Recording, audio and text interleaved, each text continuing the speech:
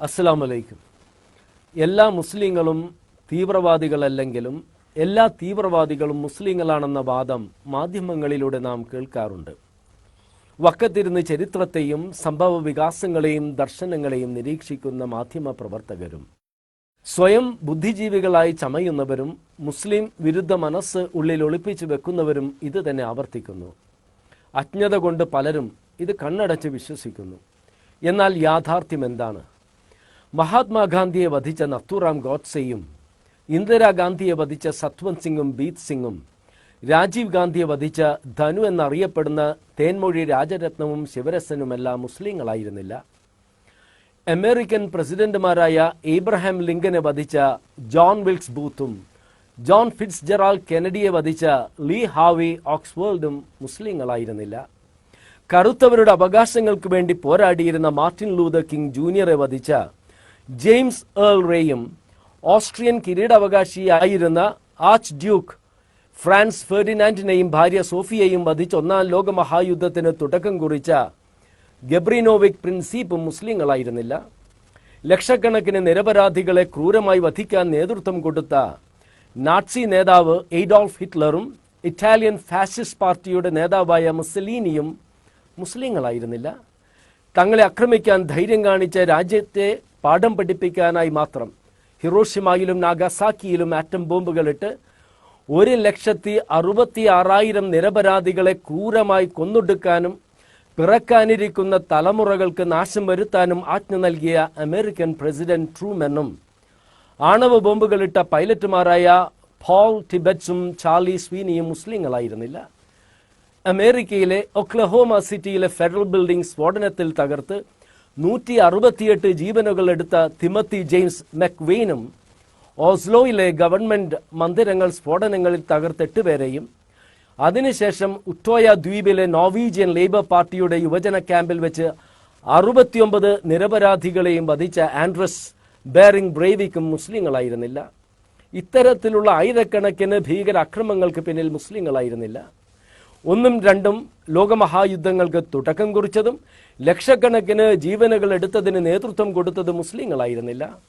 ഭാരതം ഉൾപ്പെടെ ഒട്ടനവധി രാജ്യങ്ങളുടെ സമ്പത്ത് കൊള്ളയടിക്കാനായി നൂറ്റാണ്ടുകളോളം ഈ രാജ്യങ്ങളെ ആക്രമിച്ച് നൂറുകണക്കിന് യുദ്ധങ്ങൾ നടത്തി കോടിക്കണക്കിന് ആളുകളെ കൊന്നൊടുക്കിയ ബ്രിട്ടനും ഫ്രാൻസും പോർച്ചുഗലും സ്പെയിനും ഡെൻമാർക്കുമെല്ലാം ഭരിച്ചിരുന്നത് മുസ്ലിങ്ങളായിരുന്നില്ല.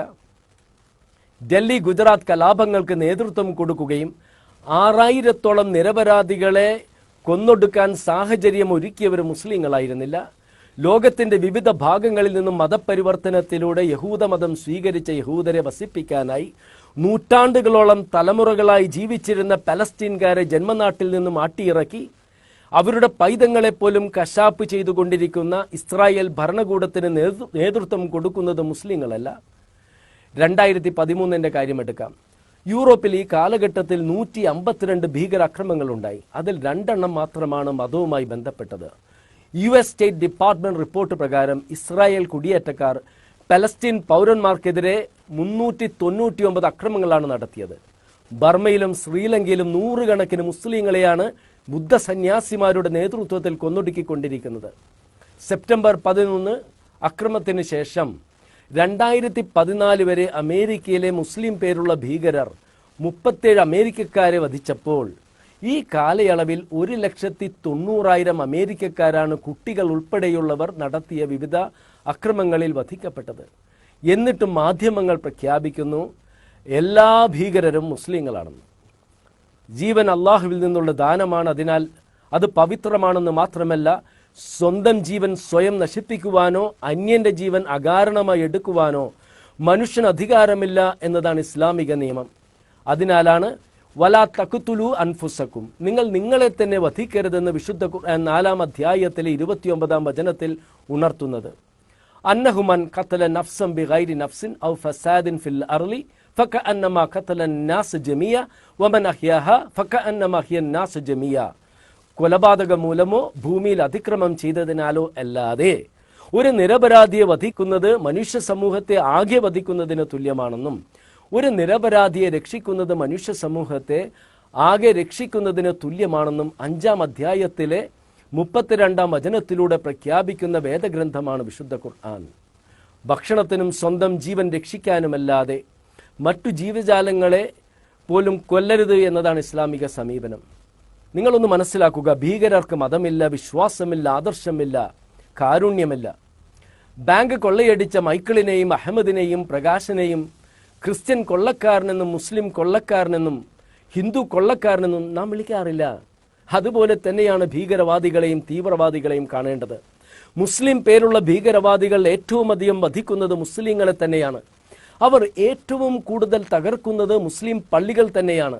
വെള്ളിയാഴ്ച ജുമാ നമസ്കാരത്തിന് കൂടിയിരിക്കുന്ന വിശ്വാസികളുടെ നേർക്ക് നിറയൊഴിക്കുന്ന ഭീകരവാദികൾക്ക് മുസ്ലിം ലേബൽ നൽകുന്ന മാധ്യമങ്ങളുടെ അജണ്ട മനസ്സിലാക്കാനുള്ള സാമാന്യ ബുദ്ധി മുസ്ലിങ്ങൾക്കുണ്ട്.